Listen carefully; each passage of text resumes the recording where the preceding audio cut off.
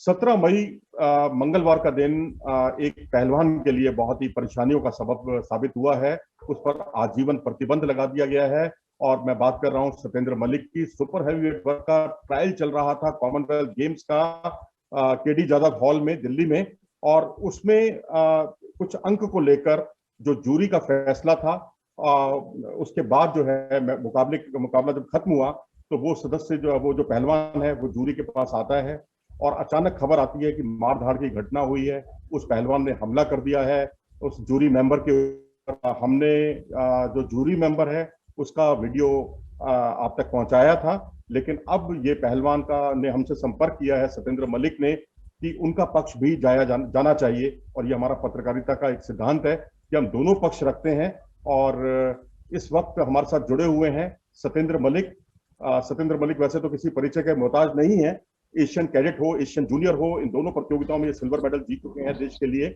और इसके अलावा कई बार भारत केसरी बने और यूथ कप, अंतर्राष्ट्रीय यूथ कप जो हुआ था उसमें भी इन्होंने ब्रॉन्ज मेडल हासिल किया था। एशियन सीनियर चैंपियनशिप हो, तख्ती कप हो, इन्होंने देश को का प्रतिनिधित्व किया। लेकिन अब इन पर लाइफ बैन जो है ये एक बड़ा फैसला लिया गया है। तो हम जानना चाहेंगे इस मौके पर उनका पक्ष। क्या कहेंगे सत्येंद्र इस पूरे घटनाक्रम के बारे में? सर, सबसे पहले तो मैं आपको नमस्ते और सभी को नमस्ते जो मुझे यहाँ देखेंगे और सुनेंगे उन सभी को। मैं बस इतना कहना चाहता हूँ सर कि एक खिलाड़ी का जो जीवन होता है ना वो बहुत ही मतलब एक डिसिप्लिन के साथ जीना हमें सिखाता है, एक सहनशीलता के साथ। पर कुछ चीजें जीवन में ऐसी घटित हो जाती हैं कि हम खुद पे मतलब जैसे कि मैं खुद पे कल आपने देखा वहां पर, आप तो वहीं पे थे, कोई कंट्रोल नहीं रख पाता। तो कल कुछ ऐसा इंसिडेंट हुआ है जो कोच ने मुझे उसने जितना उससे हुआ उससे ज्यादा नेगेटिव शायद वो मेरा लाइफ में कभी कर भी नहीं सकता उसने जो किया। कल सर आप देख रहे थे वहां पे, मतलब मेरी 2 बाउट्स हो चुकी थी और तीसरी बाउट फाइनल बाउट थी वो। उसके बाद सीधा मतलब एक कॉमनवेल्थ का टिकट हाथ में आ जाता। तो एक खिलाड़ी का मेरे ख्याल से इंडिया में तो खासकर चाहे वो किसी भी गेम का हो, कॉमनवेल्थ गेम्स खेलने का उसका एक सपना होता है। क्यों ये गेम्स देश अपने देश में पहले भी जिन खिलाड़ियों ने खेले हैं और जिनके गोल्ड या सिल्वर मेडल आए हैं उनका खूब एक मतलब एक अच्छा नाम और एक अच्छी पहचान हो जाती है इससे। पर कल जो घटना घटित हुई सर उससे बहुत एक मतलब आत्मा की पीड़ा है, दिल में इतना दर्द है, मैं शायद इस चीज को लाइफ में कभी भूल पाऊं जो इन्होंने कल मेरे साथ किया। आत्मा की पीड़ा है आप कह रहे हैं, लेकिन एक सच तो ये है ना, जो मीडिया के हवाले से जो खबरें आई हैं वो ये है कि आपने उन पर हमला किया। कितना सच है ये बिल्कुल भी सच नहीं है, बिल्कुल भी सच नहीं है सर, इसमें कोई भी सच्चाई नहीं है। मैं आज शायद वो वीडियो भी इतनी वायरल है जो हमला करने वाली जो बातें बोल रही है मीडिया की। मैं एक बात तो यही कहना चाहूंगा सर, कोई भी एक पक्ष को जान के ही रिपोर्ट तैयार करके सारे देश के सामने, मैंने कल रात को देखा शाम को, आज तक एनडीटीवी एबीपी न्यूज सब पे सिर्फ एक ही खबर सेना के पहलवान ने किया है रेफरी पे हमला। अरे सर पहली बात तो देखो सेना कहाँ से बीच में आ गई इसमें, सेना का नाम लेना ऐसे उसमें इंसिडेंट में मैं इसको ही बहुत नेगेटिव पॉइंट मानता हूँ मीडिया का। भाई मैं हरियाणा से बिलोंग करता हूँ, मोखरा गांव से करता हूँ, मेरा सारा एड्रेस है, पता है, भाई मेरा नाम लिखो तुम।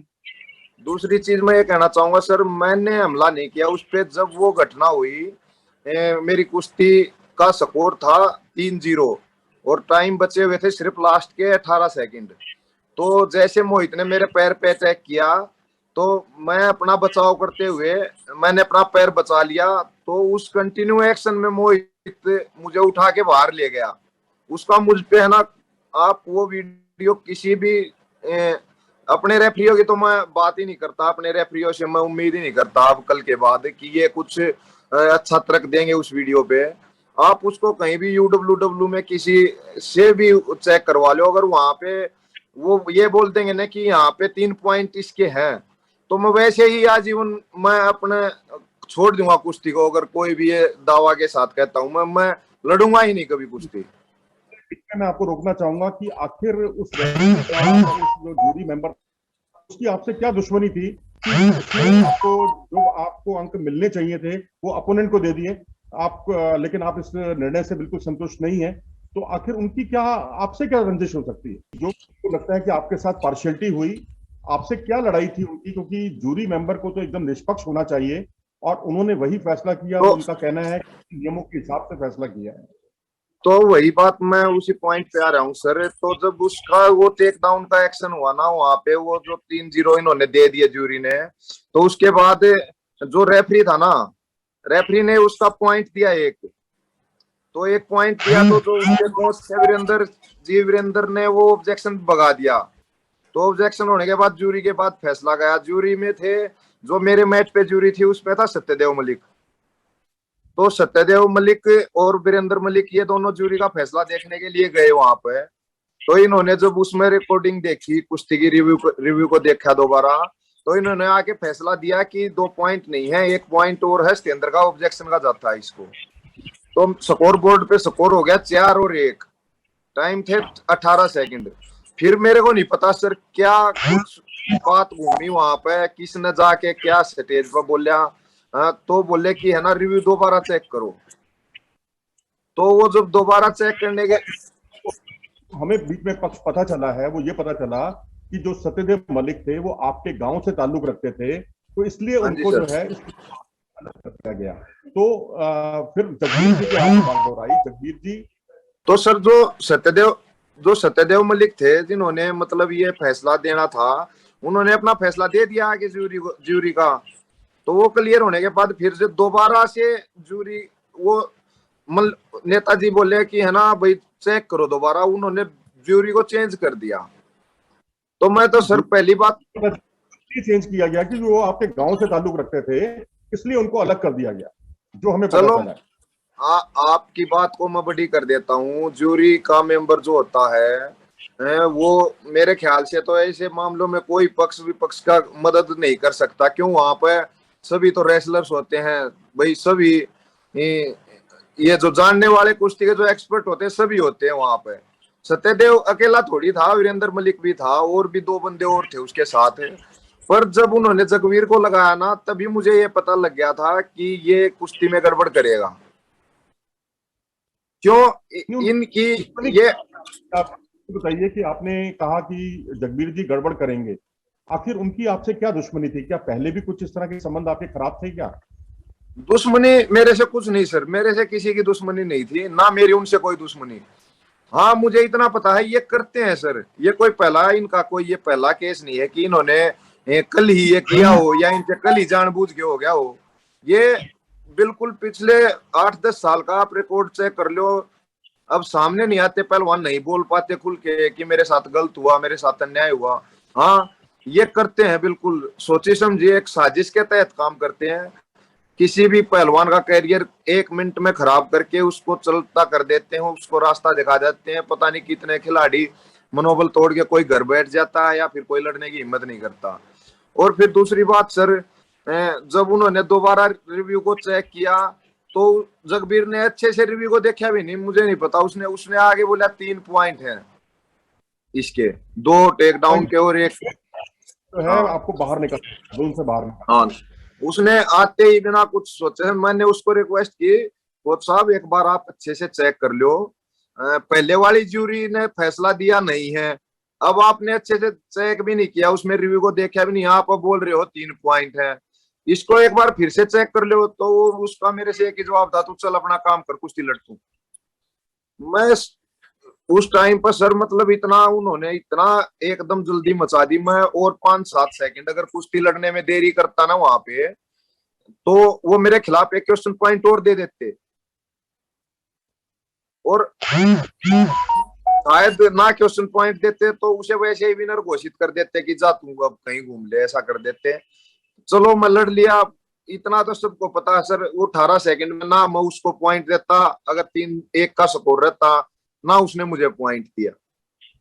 पर मेरे साथ तो सर, मान ली सत्येंद्र जी की कुछ पार्शलिटी हुई हुई या नहीं हुई, ये तो खैर जूरी का काम है। मैंने चलो आप, लेकिन उसका मतलब ये, अगर आपको लगा कि ये आपके साथ गलत हुआ, तो क्या रेफरी जूरी के सदस्य को जाकर उस पर हमला करना, क्या उसको आप नहीं जस्टिफाई नहीं करेंगे?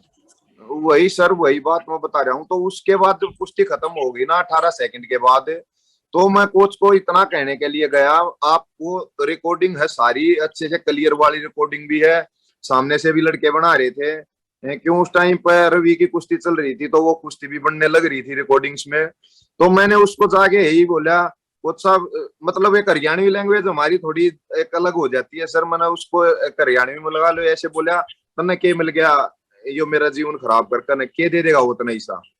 तो उसने पहले मुझे थप्पड़ मारा, मतलब हमला उसने आपकी तरफ से हुआ?